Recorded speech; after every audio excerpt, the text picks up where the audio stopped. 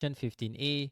The solid below is made up of 10 cubes. Draw the top. So the top view over here, if we were to zoom it in, then I will just put in the numbers so it's easier to know where to put what. Okay, so we have 1 over here, then we have 2 over here, then we have 3. Okay, so I'm going to draw it out. So we have 1, we have 2, and we have 3. So let's move on to the next one. What about this middle part? We can put here 4. 4 should be above 2. I'm going to put another one. So this one will be above number 2 is the middle. Okay. Then after that, if we were to look down here, we have 5 and 6. So 5 and then 6. So 5 is above 4 and 6 is beside 5. So it will be like this. And then lastly, we have the last one, which is this over here. So this is 7. Okay, so then we just add one more 7 on the top. Oh, you see over here. So that's the answer. So question 15 part B. The solid below is made up of 10 cubes. Jane painted the whole solid including the base.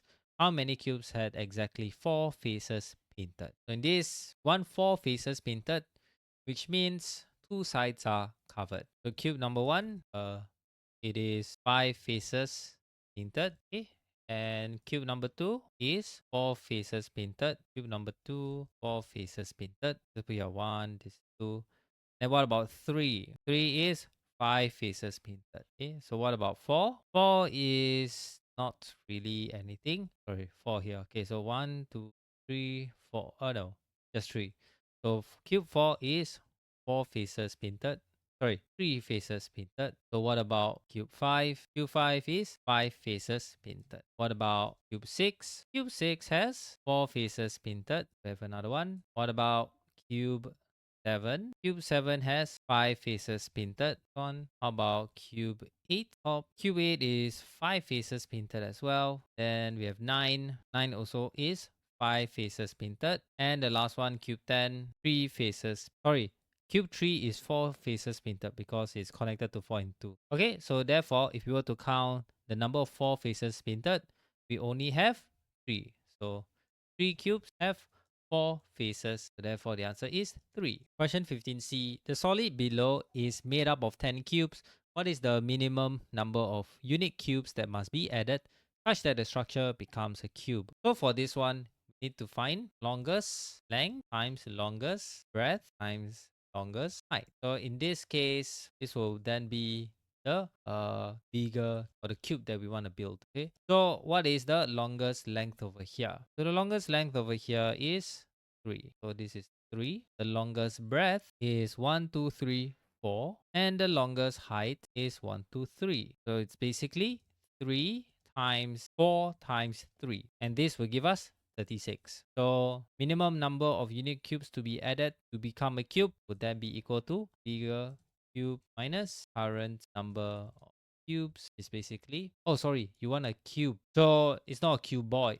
So the bigger cube must be longest length, or longest length times longest length times. So bigger cube is basically length times length times length. Okay.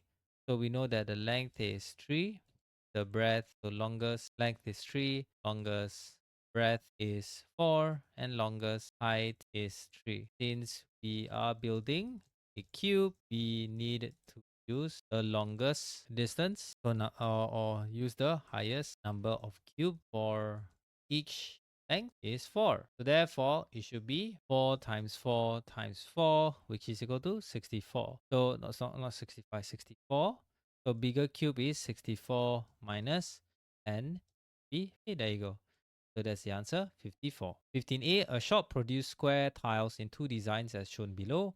Each tile is made up of 4 quarter circles.